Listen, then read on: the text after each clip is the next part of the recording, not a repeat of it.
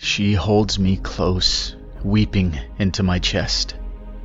This moment of shared pain locks us firmly together. It anchors us in this moment, safe within the harbor of emotional relief where we exist timelessly.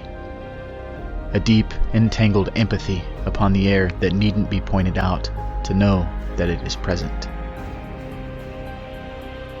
Sometimes people just need a hug. Sometimes they just need to scream, to descend into a heap of madness and tears, relinquishing their attempts at control that they have always desperately clung to. This life is a wild, wild ride. It has roaring heights of radiance and unfathomable depths of despair. It will tear you into thousands of pieces, only to put you back together again, so that you may once again endure being disassembled. Then, you'll rise from the ashes once more, wiser, better suited to face those unfathomable despairs that surely slumber alongside the road ahead. Perhaps they block the entire road, making avoidance an impossibility. Sometimes there are no detours available. Some battles have yet to materialize.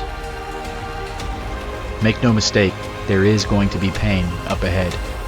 It is coming, and there is no way to avoid it. The pendulum of life swings precariously. It is always threatening to engulf us once again in the darkness of pain and suffering. Oftentimes, that threat is all that one can think about. Understandably so, because fear can become an obsession, as it has for most. To cope, we avoid thinking about the things that scare us. We seek out the distractions that make us feel the semblances of contentment, the ones that we think we need in order to keep carrying on. Here's a radical thought. We need to be reborn. We need to experience a tumultuous rebirth from the ashes of tumultuous experience. We don't need the pacifications that we lean upon. We want them because we feel that they make things easier. But in reality, they subtract from us and from the steps that we can count towards our journey home.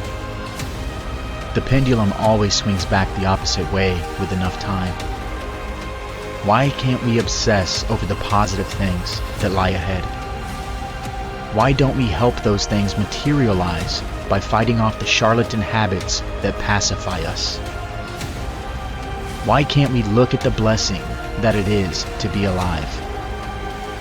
Feeling empty comes from somewhere.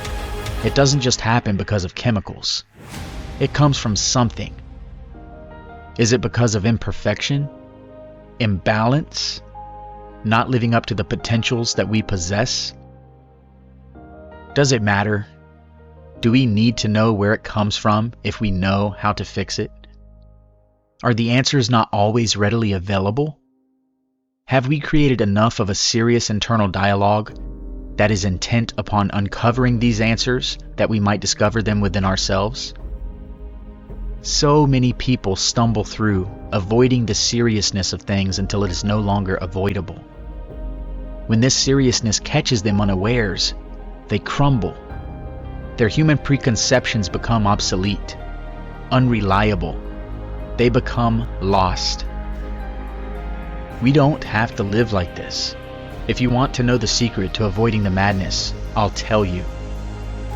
You have to lean upon the 5 pillars of transformation: love, selflessness, service, empathy, authenticity. These are the pillars that you must begin to stand upon each day. This is how you transform the world and others, and ultimately, yourself. Life is going to be tough. That's just the way it is.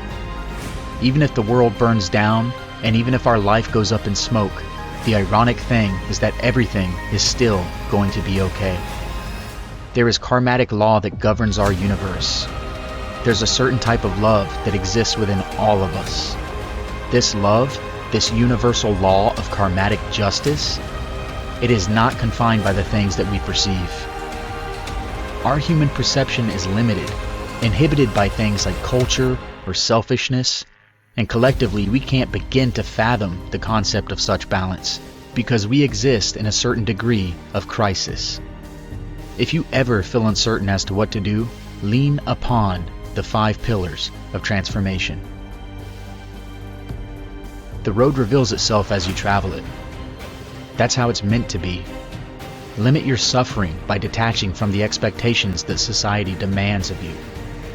Meet the expectations that you set for yourself for the right reasons, based upon the 5 pillars of transformation. Express your thoughts. Learn from yourself. That's the beautiful thing about expressing. Your expressions can flow and transform and turn into the thing that you needed to say or the thing that you needed to hear, even if you didn't know that it's exactly what you needed. If no one else has told you this today or recently, I believe in you. I am here for you. I love you. You are more capable than you think. You are more complex and more beautiful than you have ever believed. You are wonderful. You are strong. If you choose to step into your true characteristics, you are going to change the world for the better. Now you can't say that nobody's told you so. So go out there and do something with this knowledge. Go out into the world and make a difference. Go out there and transform somebody through loving them, through lifting them up, through turning the other cheek towards them. Be that strong representation of something to look up to for someone else. You are more powerful than you've ever given yourself credit for. You have the power to change lives. You have the power to lift people up. You have the power to make the broken feel content. You have a fire within your soul that can turn frowns into smiles. Be radiant, my friend. Be radiant. Go out there and change the world. Start today. It is time to grow.